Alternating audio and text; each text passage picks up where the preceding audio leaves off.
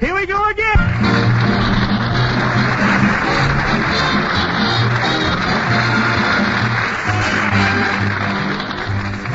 Here we go again. It's Alan Young, buried deep in trouble. And as usual, we gotta dig him out.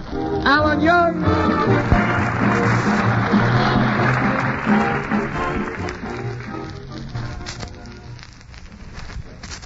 Hiya, Kenny. Hi, Alan. Hey, why you... Can't leave the house till the laundry comes.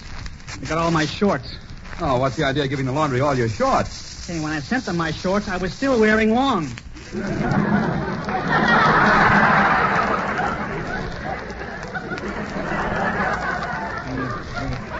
Service is awful, you know. I sent that laundry a note saying I thought your service would improve after VE Day. Yeah, what did they answer? They said you're not going to see those shorts till BVD Day. What I'm going to do, Kenny? Tonight I have to take a physical examination. I've applied for some insurance. Oh, what's the name of your insurance company, Alan? It's one of the best known in the country. Yeah, well, what is it? It's the We'll Be Sad When You're Dead, You Rascal, You Incorporated. I have a wonderful policy, you know, Kenny. Just look at clauses A and B. See, Clause A says if my house burns down, the company builds me a new one. What about Clause B? If their office burns down, I build them a new one. Very fair. They also cover you for household accidents. Kenny, do you realize that 4 out of every 5 accidents occur in the kitchen? Yeah, I know. My wife usually serves them for dinner. Come on, Kenny. What time you left? Let's see. What do I need to take a physical examination for anyway? I'm a perfect specimen. Just look at yourself in that mirror, young. Look at those bulging muscles. That barrel chest. That magnificent torso. What a beautiful hunk of man. Young, you're crazy. Yes, at that, I am a pretty good example of American manhood. You ain't an example. You're a warning. Oh, it's little David. David, I'm going to be examined for life insurance. Of course, you don't know what insurance is. Oh, no? Insurance is just like a football game. Football game? Yeah, your relatives sit on the sidelines waiting for you to kick off. Yeah. Well, I'm taking out insurance because I expect to marry your sister Betty. I can't wait to propose to her. I want to see the blush come into her cheeks. Well, stop around about 6 o'clock. That's when she puts it on. Well, just think of it, David. Someday I'm going to live under the same roof with you. You're not going to like it at our house, Mr. Young. Why not? The hot water comes out of the cold faucet, the cold water comes out of the hot faucet, and nobody ever comes out of the bathroom. Well, you know, I expect to raise a little family, too. We'll have a little boy. He'll look just like me, and you'll be his uncle. Well, I'll be a monkey's uncle. So you think I look like a monkey, eh? Oh, bless your little... David, boy, someday I'm going to be your brother-in-law, you know. Well, you better hurry up because that rich Hubert Updike is making plenty of time with my sister Betty. Last night he was holding her hand. I'm not jealous. Only savages get jealous. And then he put his arm around her. So what? Only savages get jealous? And then he kissed her.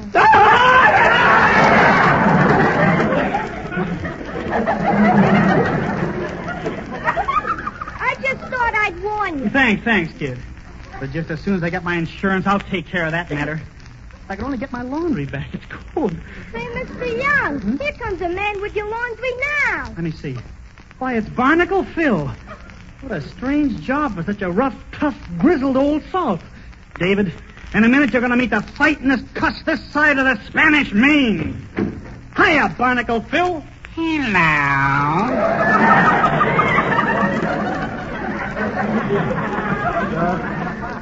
Barnacle Phil, I'm surprised at you. A sailor. Did you trip, kid? A sailor who sailed to Cuba and Puerto Rico and all the other islands, now working in a laundry. Yeah, I went from the West Indies to the Wet Undies. Gee, Barnacle Phil, don't you miss the sea? Oh, Nat. But working in the laundry is like being at sea. I hoist the pillowcases and I luff the bedsheets. but my favorite is the winter underwear. Oh, what do you do with the winter underwear? I button down the hatches. Thank goodness you brought my things. If you don't mind, I'll open this package and get dressed. I have to hurry over to that insurance doctor. Holy spook. Look what you brought me. These aren't my things. Why, this is a pink... this is a lace, and those. Why, I shouldn't see these things till I'm married. Hey, this is embarrassing. You're holding up a pair of pink pantries. Pantry's nothing. This is big enough to be the whole kitchen. What are you going to do, Mr. Young? Well, a situation like this calls for emergency measures. I hate to do it, but I can most likely borrow what I need from that fancy Hubert Updike. But what are you going to wear to Hubert's house? Where to Hubert? Oh, well, David, Barnacle Phil, turn around and don't look. I'll take these pink pantries and step into them. They are kind of long. I'll just tuck them into the bottoms of my shoes. There. Well, all right, you two, you can turn around now. Well, if it ain't Maria Montez. Oh, they're adorable.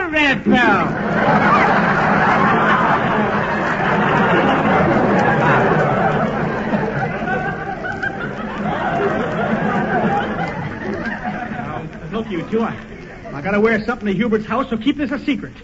I don't want anybody to mention these unmentionables. Don't worry, we won't spread any rumors about your blooming. Okay, then. I'll dress and run along. So long, fellas. See you later. So long, Mr. Young, and don't walk past any windy corners.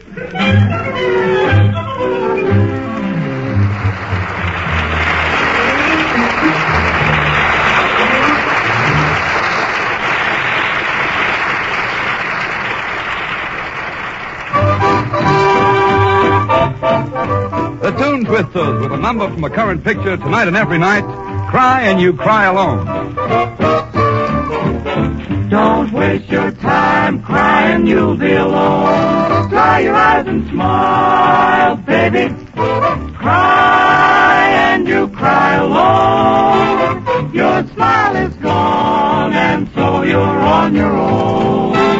Just remember the weeping willow, my friend. It's such a lonely tree. Look and see, all the birds have flown. So laugh, make it long and loud. That joke you cracked will soon attract a crowd. You'll find my logic well-founded. Laugh, you're surrounded, but cry, and you cry all alone. Cry, cry, cry, and you cry alone.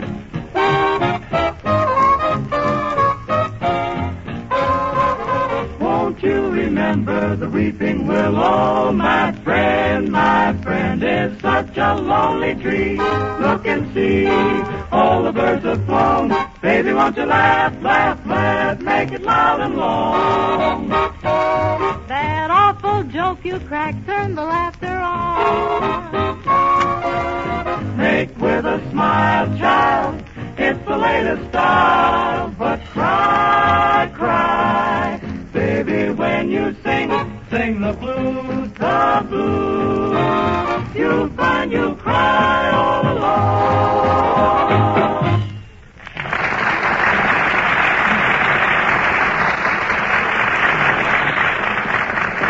Well, Alan is on his way over to borrow some things from his rival, the rich, aristocratic Hubert Updike. Meanwhile, in the Updike mansion, Hubert is just finishing lunch with Alan's girl, Betty. Oh, Hubert, that was a wonderful lunch. Oh, it's nothing, really. Just a plain, wholesome meal of grilled hummingbird tongue smothered in caviar sauce. It's such a welcome change from steak. Hubert, has your family always been so rich? Yes, Betty, for 7 generations they've been burying us at Fort Knox. We're simply filthy with banknotes. Pater gives everything under $10 to the waste paper drive. How does he make all his money? Well, everything he touches simply turns to gold. He just made another killing in the stock market. He bought 7-Up and sold it for 7 3/4. Well, of late, Dodd has been turning most of his cash into insurance. Oh, how big a policy does he have? Well, I can't tell you, but if anything should happen to dear old Dodd, Lloyd's will have to leave London. I have a few policies of my own. There's one for $6 million, one for $9 million. And then I have a big policy.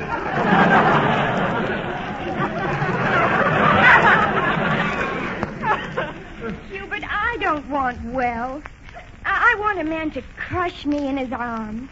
A man to transport me to paradise. A man to make my heart beat faster. Well, say the word, Betty, and I'll go out and hire them. Oh, Betty, you look so beautiful standing there, and well, it must be the wine I had for lunch. I feel headstrong. Betty, may I chuck you under the chin?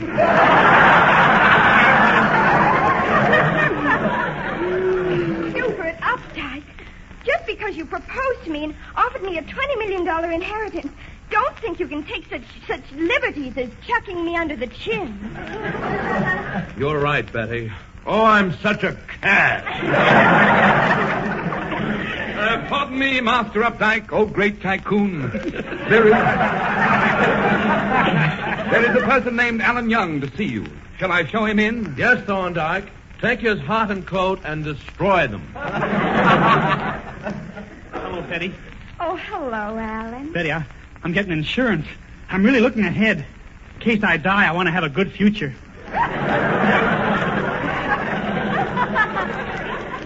Oh, gee, that's wonderful. Is it a big policy? Oh, it sure is. I pay 5 cents a week till I'm 90 years old.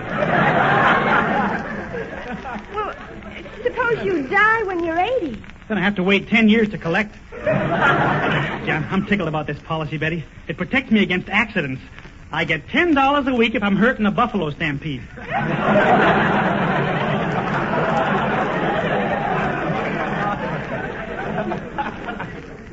Well, do you collect if you're hurt in an automobile accident? Only if the car is driven by a buffalo. But I'm taking out this insurance because I'm thinking of asking you a big question, Betty. Alan Young, don't be ridiculous. Why should Betty accept you when I'm available? I'm so utterly attractive. My family is from Boston. We've always been in the Bach Bay. No, my family's from Brooklyn. We've always been up the creek. I come from old American stock. My grandfather was with Custer when he made his last stand. So what? My grandfather was with Nedick when he made his first stand.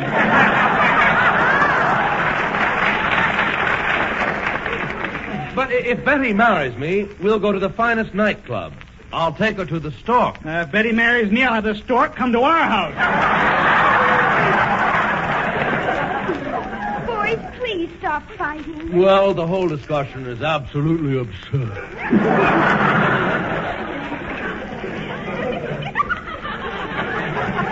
What's so absolutely absurd about it? Well...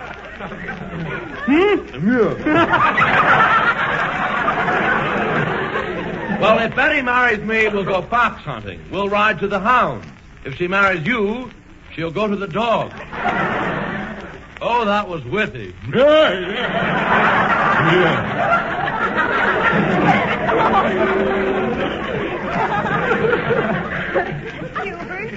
I don't think it's fair for you to criticize Alan so severely. If you don't mind, I'll go home. Oh, very well, Betty. I'll call you a cob. Wait a second, Hubert. I'm taking her home. Call us a trolley car. Now, look, Alan. I really have been joshing with you. Mm-hmm. You know very well I'll give you the shirt off my back. Oh. Well, that reminds me, Hubert. I wonder if you'd let me have the shorts. I need them very badly. Well, do you think you could get into my shorts? If you got out of them first. I'm awfully sorry, Alan, but I have none to spare right now. My shorts didn't come back from the jeweler's yet.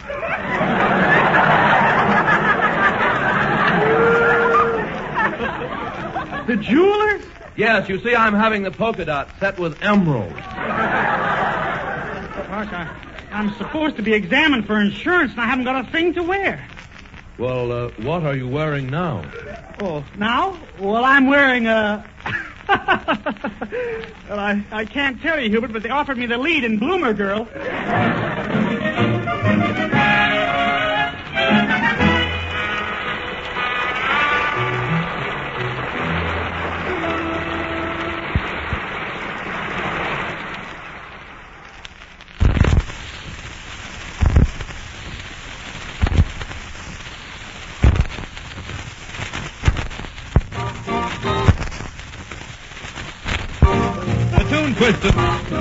The Tune Twisters.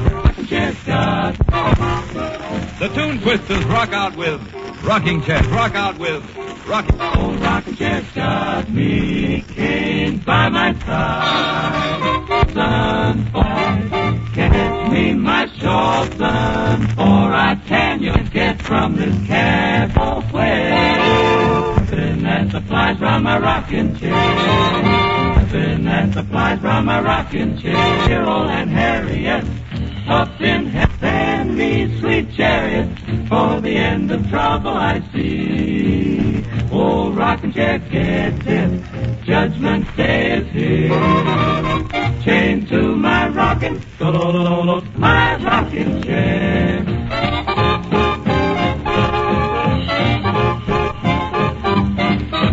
Rock, rock, rockin' in the rocking chair, sitting by my side. Fetch my shawl, boy, before I tan your hide. Can't get away from my cabin. If I did, I couldn't go nowhere. Napping and sitting round, grabbing at the flies around my rocking chair. Oh, my old Aunt Harriet, up in heaven she be. Lend me my sweet chariot. For the end of all the trouble I can see. Old rock, rock, rocking chair gets it. My rock, rock, rocking chair gets it. Beginning to track, chained to my rocking chair. There's nowhere in my rocking chair, so it's just about time that I give it the air. Chained to my rock, rock, rocking chair.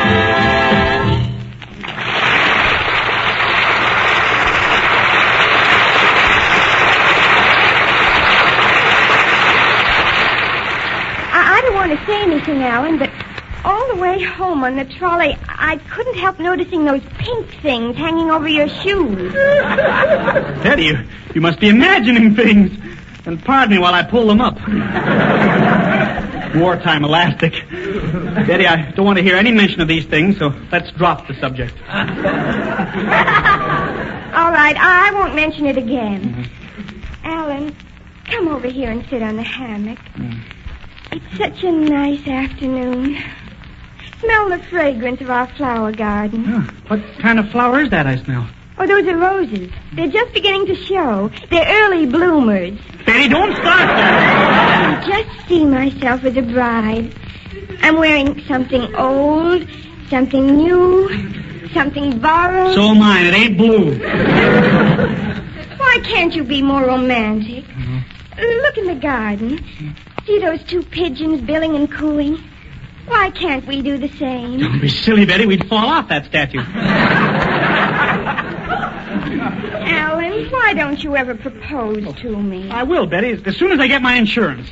I want to make sure you're protected when we're married. Then if I should go before my time, you'd collect time and a half. Alan, I'm not that mercenary. Why, if you should die, I'd be just as happy if you didn't leave me a cent. Nice of you to feel that way, Betty. Hey, Mr. Young. Oh, Barnacle. Did you find out what happened to my laundry? Some lady's got it. You got her bundle, and she got yours. Well, what's her name? Where does she live? Gee, I forgot to ask her. You didn't ask it. I'll never get my laundry back. How could you make such a stupid mistake? Well, anybody's liable to pull a bloomer. Now you're starting. Guess I'll have to go down for my examination this way. Oh.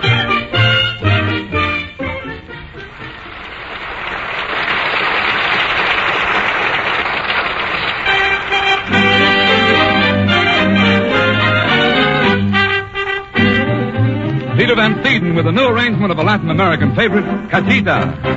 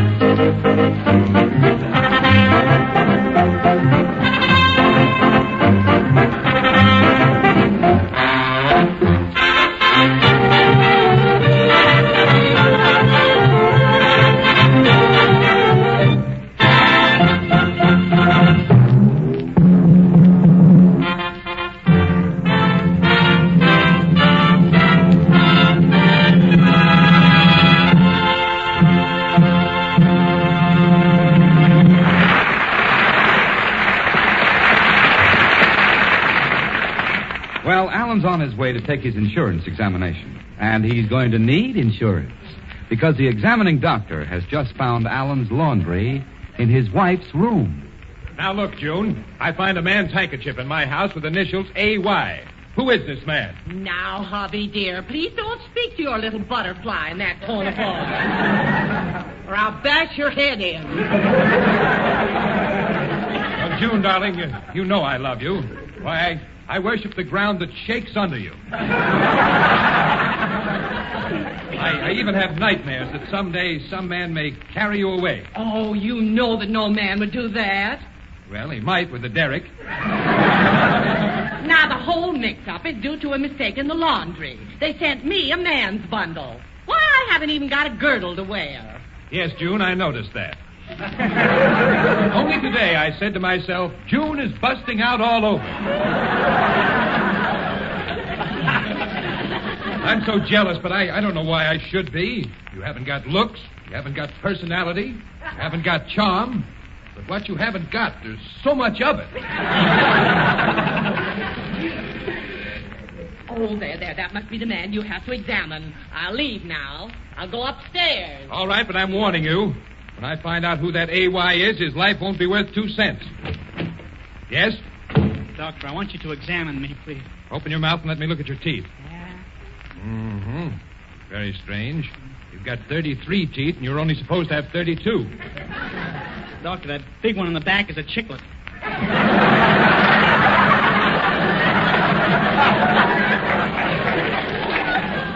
Well, now, move over here. Just sit down, please, and cross your knee. I want to test your reflex with this hammer. I'll just tap you lightly. There.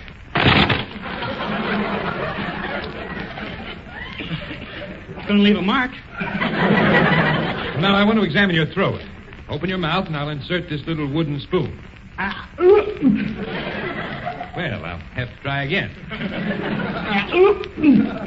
Will you stop swallowing these things? They cost money. Now, let's hurry, because I have to go out and beat up some homebreaker with the initials A.Y. A.Y. Who do I know with those initials? Oh.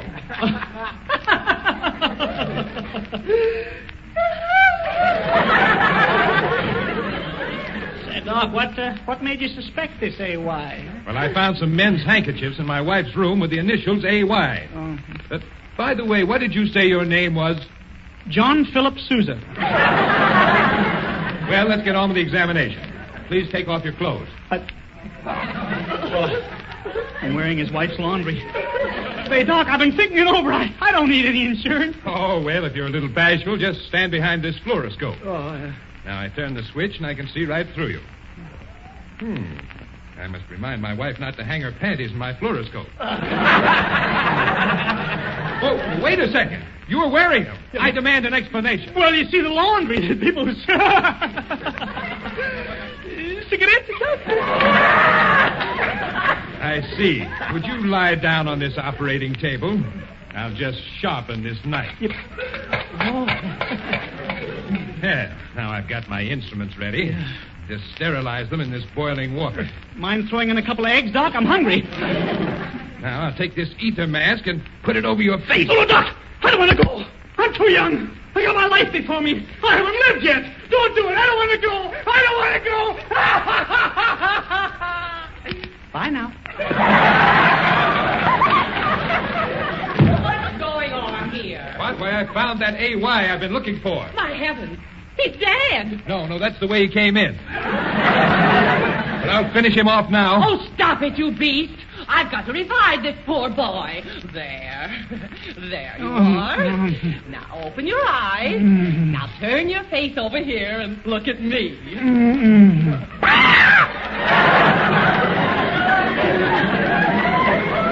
Where am I? You're safe in my arms, my hero. Oh, I know what you did for me. You risked death just to protect my name, and I'm going to reward you with a great big kiss. Doctor. Yes? More ether, please.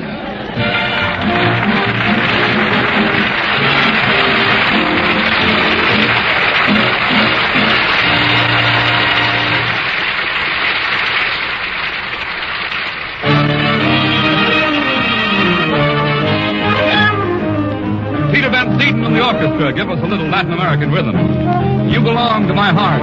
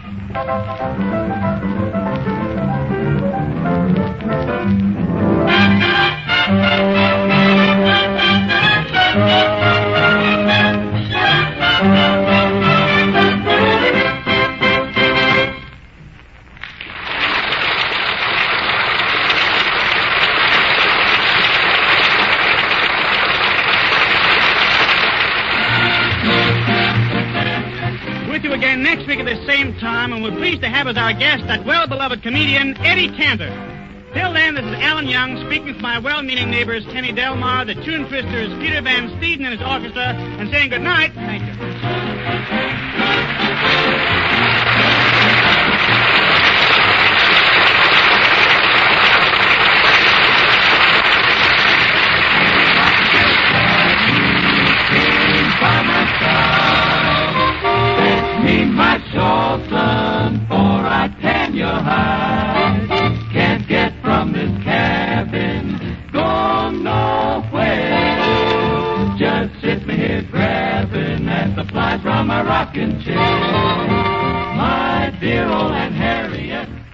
This is the Armed Forces Radio Service.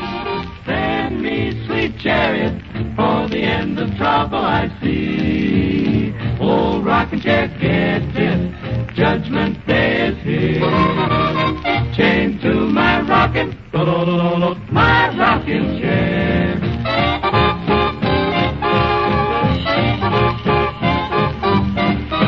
Rock, rock, rocking in the rocking chair, chained by my side.